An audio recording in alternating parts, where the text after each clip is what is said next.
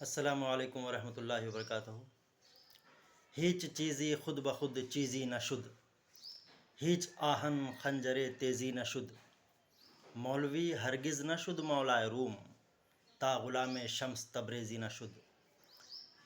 یہ اشعار فارسی کے ہیں جن کے خالق ہے حضرت مولانا رومی رحمۃ اللہ علیہ، جن کی حکایتیں بہت مشہور ہیں۔ ان کی دنیا کی سب سے بڑی مثنوی کے خالق بھی ہے وہ حضرت شمس تبریز رحمۃ اللہ علیہ کے مرید خاص اور شاگرد ہے۔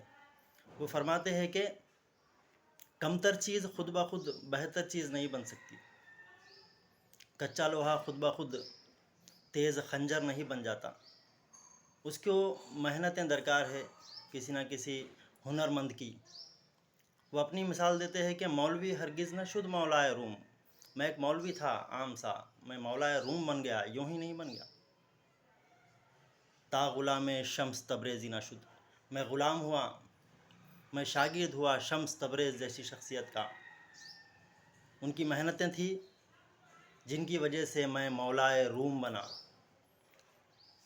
تو آپ کو بھی چاہیے کہ ایک استاد کو تلاش کرے جو آپ کو نکھار سکے، سنوار سکے، اور آپ کو بھی اب جو پوزیشن پہ آپ ہے اس سے بہتر بنائیں۔